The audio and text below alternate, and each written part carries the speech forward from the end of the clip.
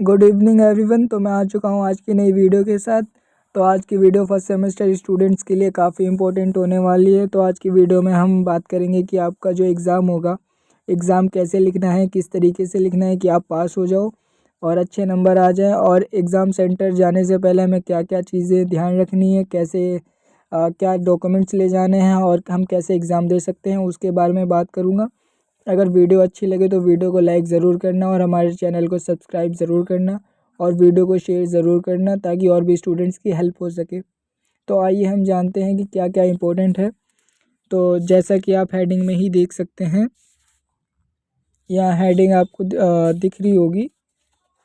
एक सेकेंड, थोड़ा इसको हटा दूँ। हाँ, तो यहाँ पे आपको हेडिंग में दिख रहा होगा DU SOL exam important topics, यानी एग्ज़ाम के लिए क्या क्या इंपॉर्टेंट है, जाने से पहले किन बातों का हमें ध्यान रखना चाहिए उसके बारे में बताऊंगा। तो सबसे पहले डॉक्यूमेंट्स टू कैरी का ऑप्शन आता है, यानी हम क्या क्या डॉक्यूमेंट्स ले जा सकते हैं। जैसे स्टूडेंट्स का डाउट है कि हॉल टिकट के साथ क्या डॉक्यूमेंट्स ले जाना है और कैसे लेकर जाना है, तो उसके बारे में बताऊँगा। तो आपको अपना हॉल टिकट के अलावा एक government ID, Aadhaar card, PAN card, voter ID card, इन तीन में से कोई एक चीज़ ले जाना और स्टूडेंट सोल ID कार्ड लेकर जाना होगा। यानी आपका जो हॉल टिकट है वो तो लेकर ही जाना है, उसके साथ एक गवर्नमेंट ID कार्ड लेकर जाना। अपना आधार कार्ड आप लोग लेकर चले जाना, सबके पास होगा।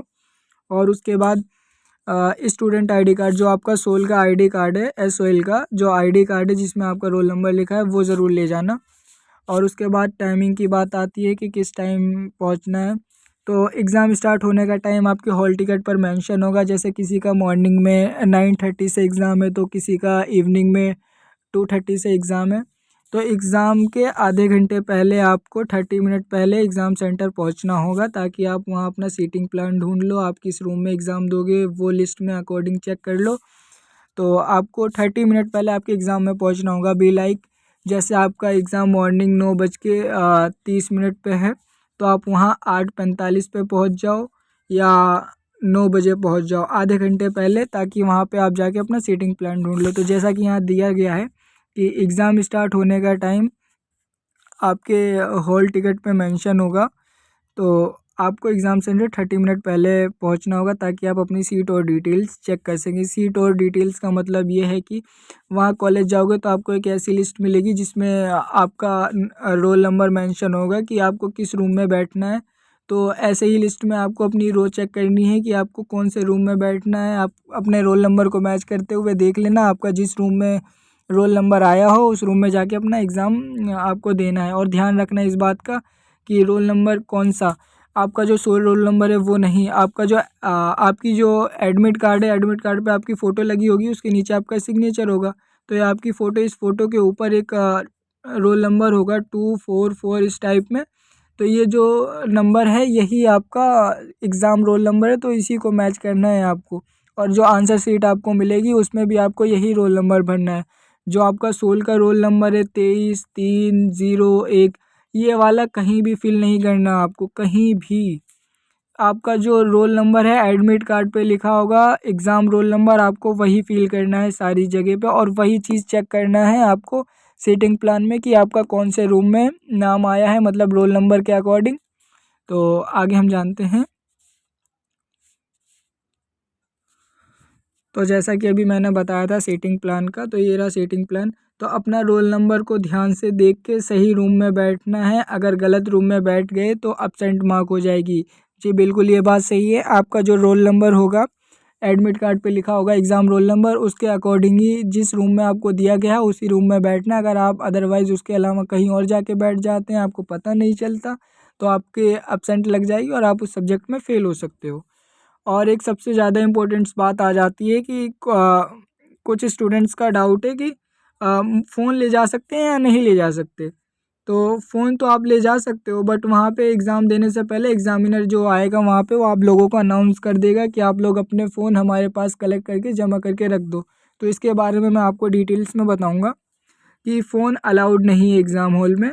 जब आप एग्ज़ाम लिखने बैठोगे आपके पास आपका फ़ोन नहीं होना चाहिए। अगर आपके पास आपका फ़ोन हुआ तो UFM का केस बनेगा और UFM के केस में आपका ये सीन होता है कि आपका एग्ज़ाम कैंसिल कर देंगे और 3 साल के लिए आप कोई एग्ज़ाम नहीं दे पाओगे। तो आप लोग ध्यान रखना एग्ज़ाम लिखते टाइम जब आंसर शीट लिखोगे तो आपके पास आपका फ़ोन नहीं होना चाहिए।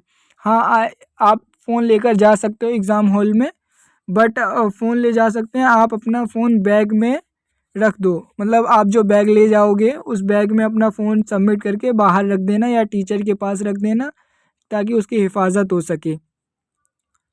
सिर्फ ज़रूरी चीज़ें जैसे डॉक्यूमेंट और बैग में रखना, यानी आपकी जो ज़रूरी चीज़ें हैं बैग आप लोग ज़रूर ले जाना, उसमें आप अपना फ़ोन, पर्स और डॉक्यूमेंट्स वगैरह उसमें रख के टीचर्स के पास सबमिट कर देना।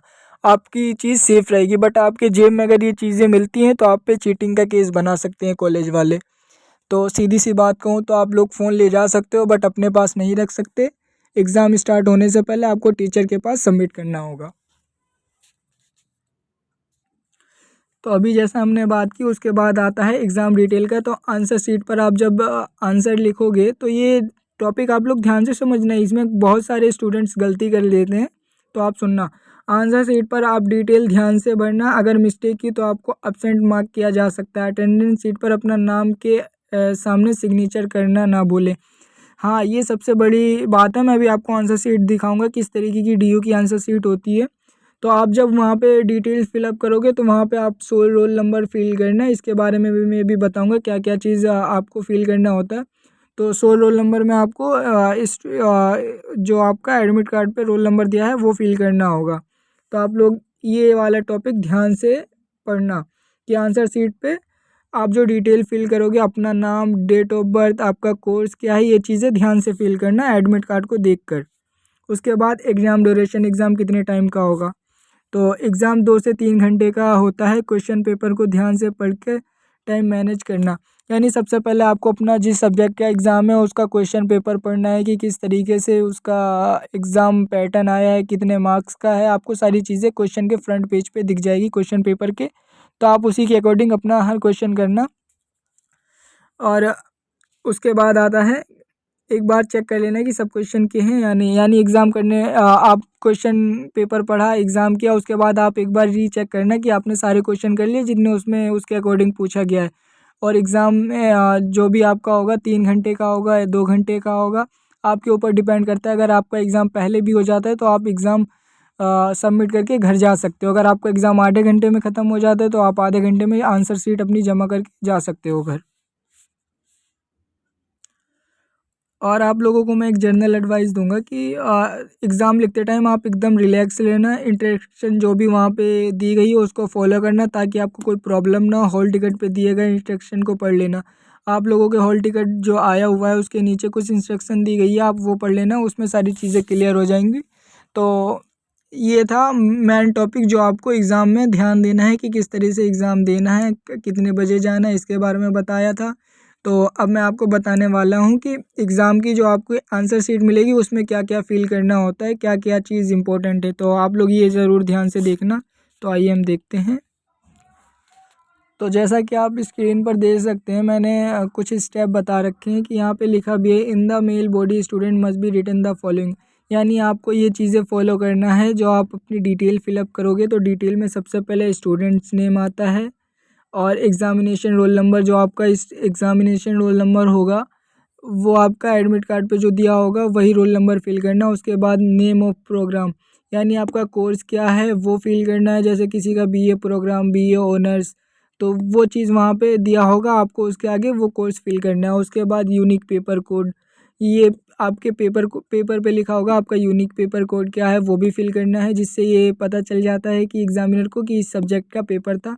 उसके बाद title of the paper attempt, यानी आपने कितनी सीटें यूज़ की उसके बारे में है। फिर नेम ऑफ कॉलेज, यानी आप सोल के स्टूडेंट्स हैं या कहाँ के हैं उसके बारे में आएगा। फिर सेमेस्टर आपका क्या है वो फिल करना है। डेट एंड टाइम एग्ज़ामिनेशन, यानी आपका कौन सा एग्ज़ाम है, किस टाइम का है और डेट क्या है उसकी, ये चीज़ें फिल करना है। तो मैं अब आपको आंसर शीट दिखाता हूँ कि डीयू की आंसर शीट कैसी मिलेगी आपको और क्या क्या फिल करना है। तो ध्यान से देखना आप लोग।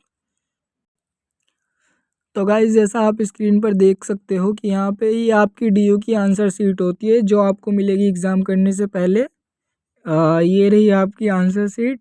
तो आपको यहाँ पे डिटेल्स, ये देखो यहाँ पे दे रखा है, यहाँ पे डिटेल्स पूछ रखी है, आपको इसके आगे फिल करना है। यहाँ पे आपकी डीओ भी आएगी और यहाँ पे आपका रोल नंबर आएगा जो आपके एग्ज़ाम उसमें एडमिट कार्ड पे मेंशन होगा। तो मैं जूम करके आप लोगों को दिखा देता हूँ, आप लोग देख लो। हाँ, तो ये रहा। तो यहाँ पे परीक्षार्थी का अनुक्रमांक यानी यहाँ आपका रोल नंबर आएगा टॉप पे, यहाँ पे जो आपका एडमिट कार्ड पे रोल नंबर दिया होगा, फिर यहाँ नीचे DOB आपकी आएगी, DOB का फॉर्मेट आपको पता होगा।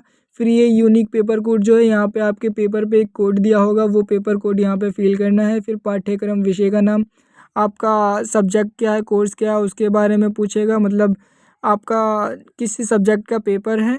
फिर उसके बाद प्रश्न पत्र का नाम, यानी प्रश्न पत्र पूछेगा आपका कौन सा पेपर है, जैसे हिस्ट्री का है, हिंदी का है, इंग्लिश का है, वो आएगा। उसके बाद परीक्षा की तिथि यानी डेट क्या है एग्ज़ाम की, सेमेस्टर कौन सा है यहाँ पे वो आएगा। ये चीज़ें प्रयुक्त शीटों यानी आप एक्स्ट्रा शीट लेते हैं वो यहाँ पे आएगी। उसके बाद आता है आपका, देख लो आप लोग, इस तरीके से आपकी शीट होगी, आपको यही चीज़ फिलअप करना होगा।